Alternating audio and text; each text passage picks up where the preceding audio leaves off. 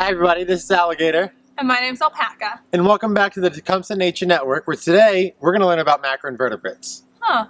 What are macroinvertebrates? Well, Alpaca, the word macro means big. Okay. And the opposite of macro is micro. Kind of reminds me of a microscope. So I don't think you need a microscope to see them, right? Nope. And then the word invertebrate means without a spine. Oh, so a macroinvertebrate is probably something you can see with the naked eye that doesn't have a spine. Exactly. So now let's go see where we can find some of these macroinvertebrates. Let's go. Right now, we're down at Ghost Creek, where a lot of our students on field trips come to find different macroinvertebrates. Many macroinvertebrates live their entire lives in the water, but some only stay in the water as larvae. A larvae is an insect that hasn't developed yet into an adult, and it must go through metamorphosis.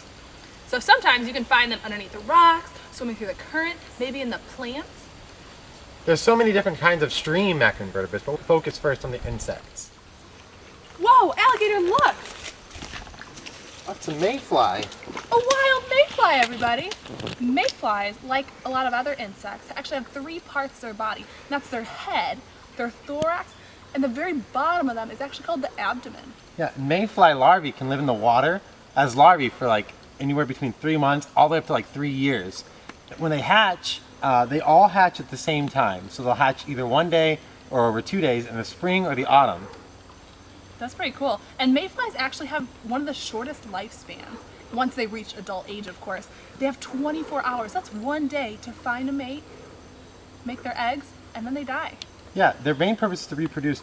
But do you know what macroinvertebrate I think has a longer lifespan? Is it the crayfish? Crayfish, yeah.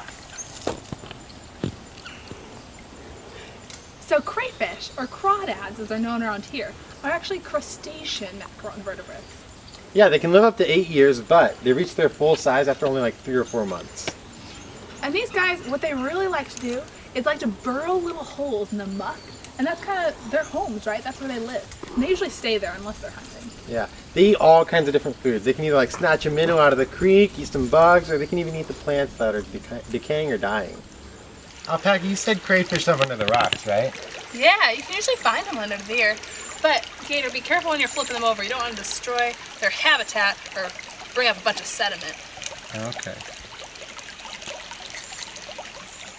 Did you know that when crayfish or crawdads feel threatened, they arch their back, tuck their tails, and they snap their pinchers just like this?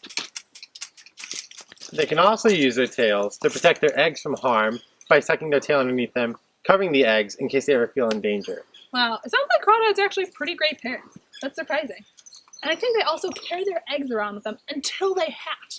Once they hatch, the little baby crawdads hang out with their parents until about 1 or 2 weeks later, and then they go off on their own. At that point, I think most of them die, but there are some survivors. Yeah, so it sounds like crawdads have a lot better of a lifespan than the mayflies do.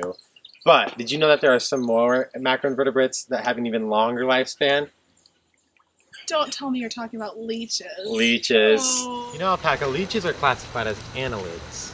Yeah, I think some other example of annelid macroinvertebrates are aquatic worms and planaria, right? Mm-hmm. But you know what, Gator? These leeches things, they're not really my thing. So how about you take this one and I'll leave it over there. I mean, they're really not all that bad. Like, they don't all want to suck your blood. But you might as well get used to them because they are everywhere. Everywhere? Yep. You know, some leeches don't live just in the water. There's some that live on the land too. So, I'll have you know that they live on all the continents except Antarctica. And unless you plan on moving to Antarctica, you should probably learn a little bit about them. I don't know. I think I could get a pretty big coat. Those penguins are pretty cute. Shaking my head, Alpaca. No. You know how crawdads are like great parents? Mm-hmm. Well, leeches might be even better. Really? How so? Well, you see, after leeches mate and they lay their eggs, the leech lays all across the eggs, and they stay like this to protect them until they hatch. Yeah. Then, once they hatch, the babies swim to the parents and attach themselves. And not to feed on them, but just to hold on for the ride. Wait, so do they suck their parents' blood? No, they don't suck their parents' blood. They just hold on as a transportation method to their first blood meal. Oh, I think I'm gonna be sick. Well, you might not want to stick around for this next part either. You know, Alpaca, some leeches can grow to be over 1 foot long, or even live for several years. But leeches weren't always as scary because centuries ago, they were used in medicine. They thought that the leeches would suck out the bad blood and alleviate the person of their illness. Okay, so maybe leeches aren't that bad, but I know a macroinvertebrate that's really cool for the environment. Alligator, wake up! What? There's a lot more macroinvertebrates to see. Okay. Let's go. All right. Oh, it feels so good to sit down. I've been all over camp today. My muscles have been working out. Your muscles? Hey, speaking of muscles, there's some mussels in this river back here. Yeah, there are. Mussels are a type of mollusk. They live in rivers, streams, ponds, and lakes. They live at the very bottom of them, though. Oh. And here in Indiana, mussels are actually one of the most endangered animals. They're really concerning, really. Once there's only over 77 different types. But since then, 10 have gone extinct, 15 are endangered, and there are 9 that are still of special concern. Yeah, let's go take a look. Alligator. Down here at the Tippecanoe River, sometimes when there's a low spot, or if the river's water is just low, the mussels can be hurt or damage their habitat when motorboats come through. So, why should I care about the mussels? I mean, that's some more mussels to be more concerned about. Oh no. Well, mussels are actually a biological indicator.